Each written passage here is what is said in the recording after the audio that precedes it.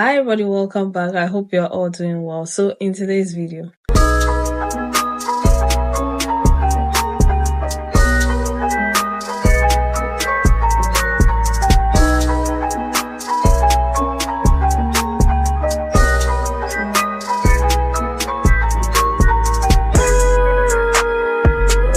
now this makes me so happy because I know that whatever we are doing and talking about is working.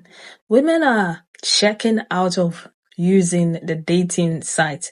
Women are choosing celibacy and abstinence totally. And that's why Bumble felt the need to put out a billboard as such. But it still is not working because a lot of women came out to talk about the billboard and they are choosing the best. They are choosing the best. They are choosing abstinence. They are choosing celibacy. Gone are the days of F-boys and hookup culture.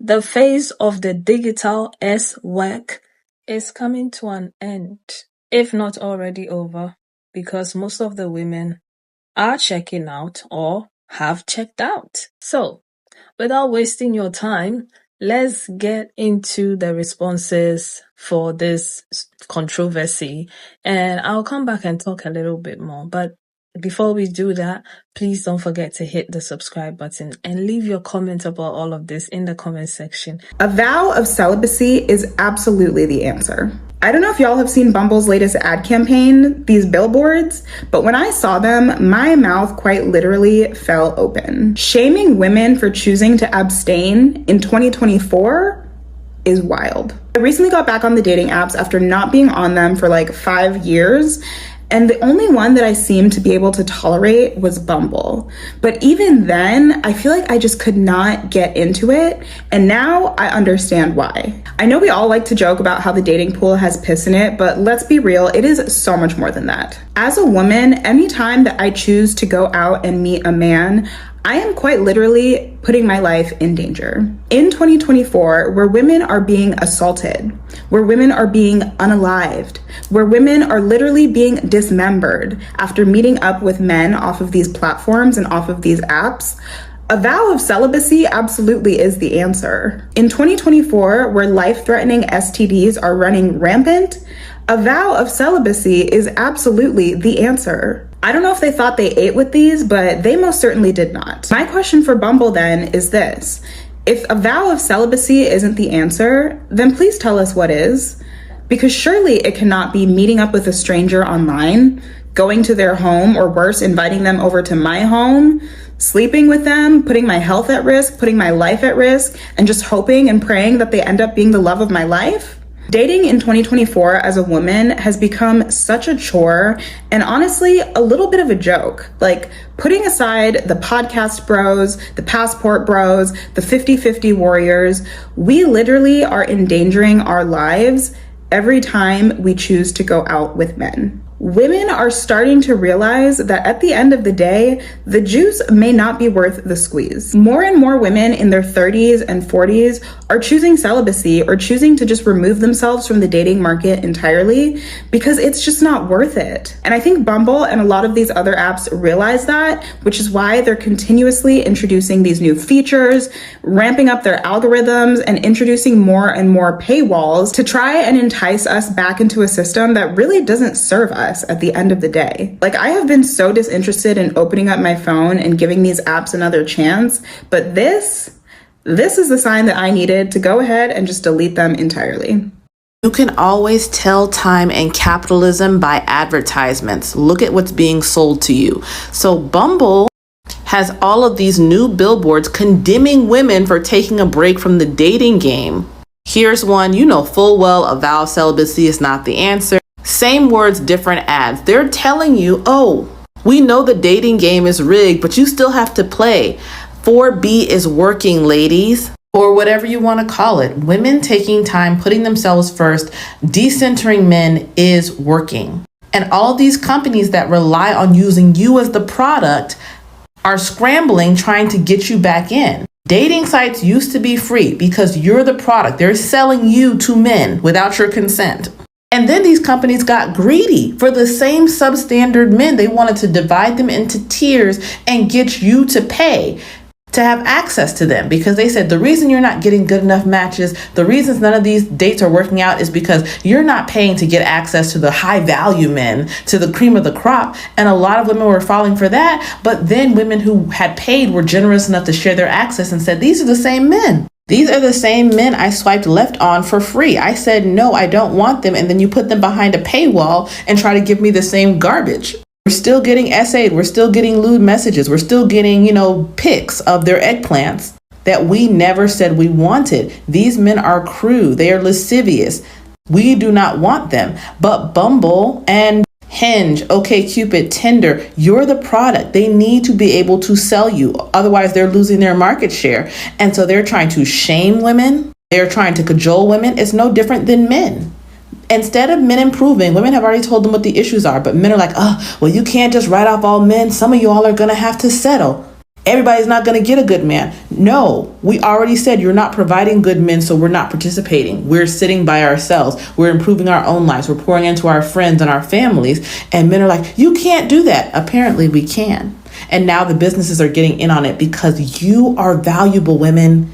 You have the labor everybody wants. You are the product, which means you control the supply. You're in demand. Continue to hold the line. We're on the verge of a major relationship realignment. Shout out to Hope Pedler. That's her original term. Men are going to have to change if you just continue to hold the line. Look at how desperate they're getting. We're talking about how men have been devolving. Look at the first dates of women who are still dating. When they come on here to this app, they're telling you men are negging them. Men are playing games. Men want you to chase them. Men are talking about drizzle. They are devolving. They are floundering because they've realized women are not acceding to the same conditions as before, and they are desperate to play some kind of game that's going to put you back in your place, and women are not falling for it. Continue to hold the line, ladies. Major change is just around the corner. And if you doubt my word, look at all the other videos from married women who are in green flag relationships. Check my content for those. What do those women say? I was doing something different. I had to wait longer than my friends to get married. I took an unusual path. And when I say wait longer, I mean longer in their lives, not longer into dating. But their men proposed right away. Because they weren't settling for the BS average men were dishing out, maybe they had to wait until they were in their late 30s or even 40s to marry. But once they married, it was a quality marriage with a wonderful man who loves and adores them and treats them well.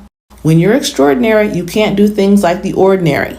And I'm so happy women as a whole are choosing to level up and not accept below average treatment anymore. Continue to hold the line. It's working. People are investing their advertising dollars. People are taking their time on this app to try to shame you, to try to get you back into their place because they need your labor. Keep going. Like and follow for more. That there are two billboards for Bumble's new advertisement. One where there's a racially ambiguous woman and it says, a vow of celibacy is never the answer.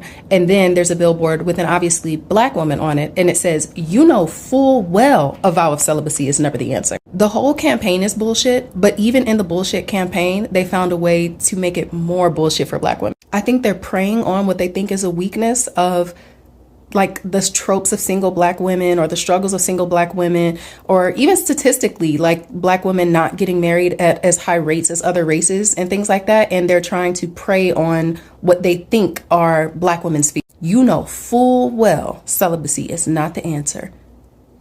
I know there was a black person on the marketing team and you should be ashamed. This is for the advertising and marketing director over at Bumble, the dating app. If you're not that, you can keep scrolling. Bumble, count your days. You really have billboards all over the city talking about a vow of celibacy is not the answer. So what is the answer? Giving it up to raggedy, undeserving men? At 2 Bumble? We've already been bombarded with people saying there's a male loneliness epidemic. They're tired of waiting on you to heal. They're going to start putting their hands on you because they're getting frustrated. So now we have all of this pressure from the news media, from society, from the patriarchy, from every direction telling us, just give it up. Stop fighting. Give the men what they want. And y'all are doing it too? At 2 Bumble? Y'all are just as raggedy as the men you're trying to shove down these women's throats. You got men on here talking about ladies. Some of y'all are going to have to settle. No. For the men out there who refuse to get their lives together, to make themselves worthy catches for these women, but still want you to settle for them, no. To Bumble, trying to guilt trip and manipulate women into settle for these raggedy men, no. Y'all make that bear look better and better every day. For y'all to be an app that's all about women making the first move, and now you're telling the women what move to make? Who came up with this idea? Who greenlit this campaign? I bet it was a man. Bumble choosing to make billboards about celibacy and women choosing celibacy and telling them you don't have to do that just shows you how much they low-key center having sex in their apps, but yet they claim this is an app that they want people to meet and date. Like, you can tell that they have this low-key goal to encourage that type of bad behavior, because the longer women are thrown into the mix of like dating confusion, engaging in sex too early, and then it doesn't work out, hookup culture, and then you're back on the apps. The longer you do that, the more they can keep you on the app and have you paying for stupid services you don't need on the app. It's just stupid how they didn't think, people would peep that. And it's such a huge miss, because why do you have to talk about celibacy or anything that has to do with engaging with sex on your billboard? Why didn't you focus on love, companionship, or hope, or not giving up, or even saying something like, there are still good people on the app? Or they could have said something like, we're working on a better filtering system. We're going to have more screenings, something else that like represents or shows that they've listened to women's complaints about the apps. No. Instead, they focused it on celibacy. Bumble, you missed it. It's just comedy at this point. I made a video recently where I theorized that platforms like Hinge and Tinder are essentially tantamount to digital ex-traffickers, or digital pimps, depending on how you want to look at it. And it sounds crazy, but if you watch the video, it'll make sense. And just the other day, I saw someone post this billboard, which I believe is maybe in LA, which essentially says, a vow of celibacy is not the answer. It's an advertisement for Bumble, and it's encouraging people to get on their platform and hook up with people. Reading and hearing the discourse on this has been really interesting to me, and I have something I want to add to the conversation. And it's completely based in the potency of a very specific type of Christian religious shame, which I am extremely familiar with on a personal level. So this should be interesting. Yeah, one of the comments that stuck out to me was, at first it was close our legs, and now it's open our legs. And I think that mixed messaging has its roots in some specific historical and religious figures, most specifically the Virgin Mary. Catholicism, which had the advantage of informing many of the branches of Christianity that would follow, puts a heavy emphasis on the Virgin Mary.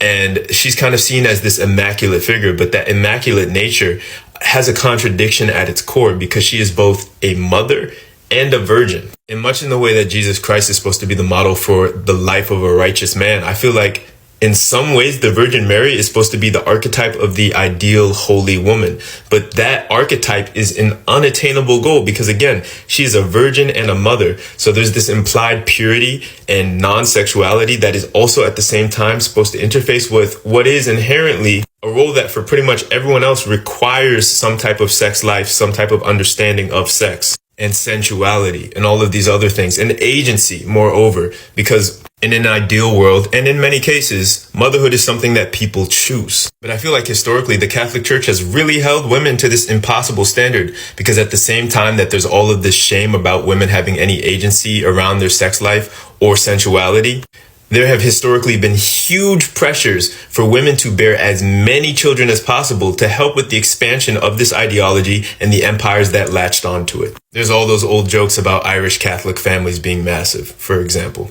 I mean, where do you think these babies are coming from? They can't all be immaculate creations, bro. Like, come on. And so, I think that contradiction ultimately manifests itself as shame, because from the jump, there's been an awareness that the ability to reproduce is the ultimate marker of productivity for a society. It's amazing that home rearing things aren't considered in GDP, because that's the original form of GDP. And so there's an economic power and an economic incentive to getting people in general, but specifically women and people who are capable of having children, to buy into specific narratives about romance, about relationships, about their sensuality, so on and so forth. But then those things have to be kept in check with the other side of it. The mother keeps the virgin in check, and the virgin keeps the mother in check. And it's this weird internal tension that ultimately is binding and constricting. And so now, living in the digital corporate age, the seat of power has shifted many times over from the church to the entities that now run shit. And while the motives may have changed a little bit, ultimately the entities in power still see the profit and the power and the upside in controlling the narrative around romance, around sensuality, around motherhood, around parenthood, and all of these things, starting from the first date to the first hookup, to the first 1 year anniversary, to the engagement, to the baby shower, to everything. They see this as an opportunity to sign people up for lifetime packages. And when you start to incorporate the racial components of this, where people start to pump their racist ideology, because racism is always looking for a new ideology to latch onto, into these concepts around reproductivity, the thing gets even bigger. And this was kind of an unfocused little rant. But ultimately, I would like to narrow down on some of these ideas and maybe come back with a part 3 to my thoughts about digital pimps. Women are no longer afraid of being single. Women are choosing themselves. Women are choosing their mental health, their sexual health, their peace of mind, the bears and the cats, pouring into themselves, making money, traveling, and just minding their business over men. Yeah, Bumble is going to be losing out on a lot of money if women do not use the websites or apps, because where are the men going to find the women, right? So they are like scrambling. They have to come up with something, and so they also resorted to fear mongering. Celibacy is not it. Are you kidding me? Find something else to put on your billboard, because this is not working. It's not going to work. This is going to piss more women off. It's like you're telling women, don't use our website or app anymore. So if that is the goal, keep those billboards up, because you're just pissing women off them more. For me, I am very happy because it shows that the 4B, the bears, celibacy, abstinence, whatever it is you want to call it, is working. Until you guys start listening and making changes, it's bye-bye from us. Yeah. Let me know what you think about all of this in the comment section. Thank you so much for watching, and I'll see you again with another video. Take care of yourselves. Bye.